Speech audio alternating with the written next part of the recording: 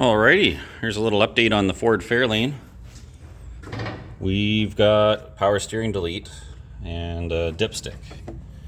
So I had to custom mount a dipstick into the front sump oil pan because on the 260 it was part of the valve cover. And that's my solution for fixing that.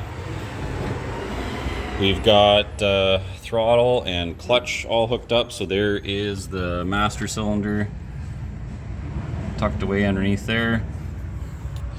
All that stuff turned out really good.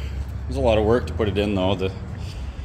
It's all underneath the dash, and I had to build a little custom bracket to hold the top of the pedal up there. But yeah, it's bled. We've got a clutch and we've got a new floor. I put a whole new front floor in this thing. A lot of welding. And there's my custom transmission tunnel that I built with the T5 shifter. Looking pretty sweet. We've got a gas pedal,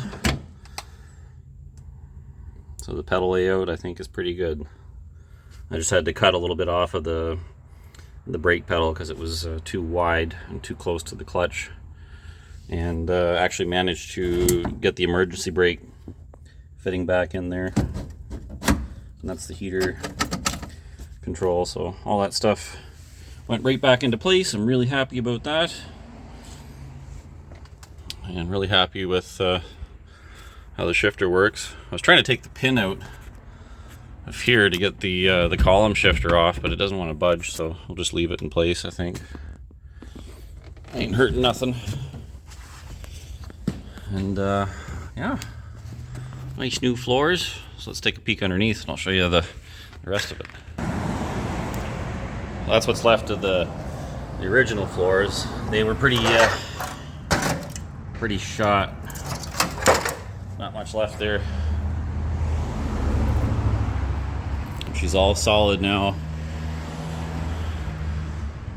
You can see the underside. It's all welded from the top. And the transmission tunnel fits pretty nice. Should allow easy in and out for changing the clutch down the road. So yeah, parking brakes hooked back up. All that stuff works really good.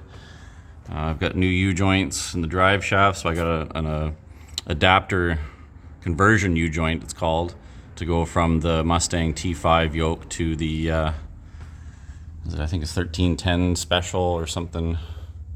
It's an older Ford style joint that has smaller caps on the drive shaft and bigger caps on the yoke flange there. So all that worked out pretty good. That's the original drive shaft.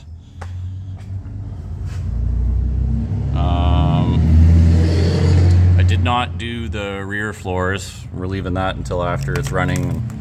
I might not even do it myself because I'm not a big bodywork floor repair kind of guy, but I had no choice up here because I had to modify the transmission tunnel to fit this transmission, and there was just nothing to weld it to, so this is what I did.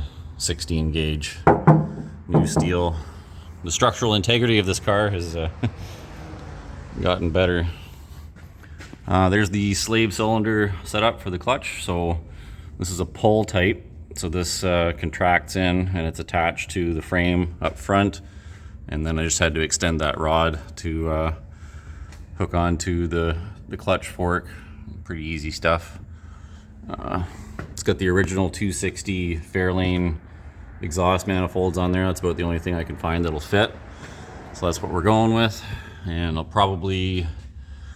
was thinking of trying to bring the exhaust up over the transmission cross member, and then into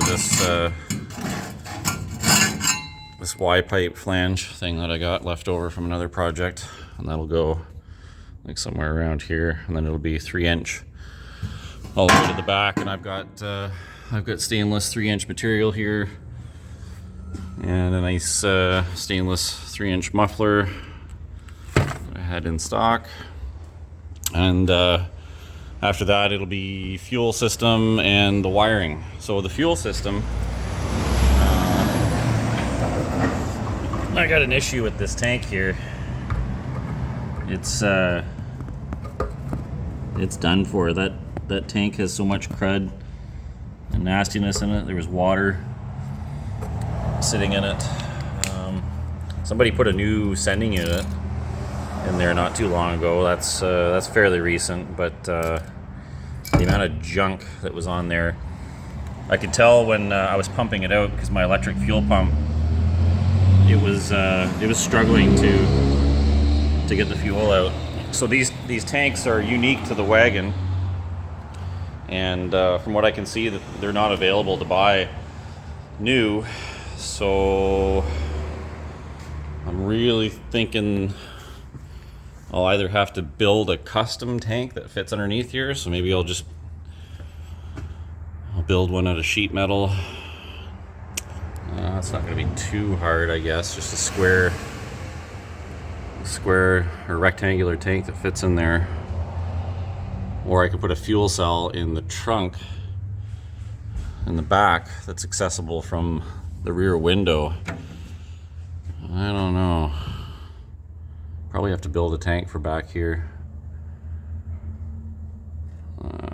That's a lot of work.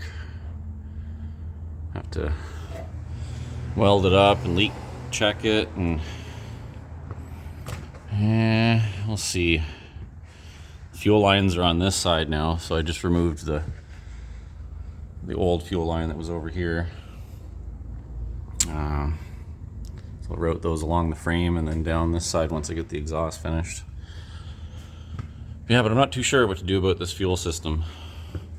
Like, I've got a 40-liter fuel cell, an aluminum one that would fit right in the back. I could bolt it down, just run some lines to it with an external pump. That would be fairly easy. We'll see. We'll see what the guys say. Yeah, just got some progress. It's getting close. It has oil and coolant in the radiator. No leaks. Everything's looking good.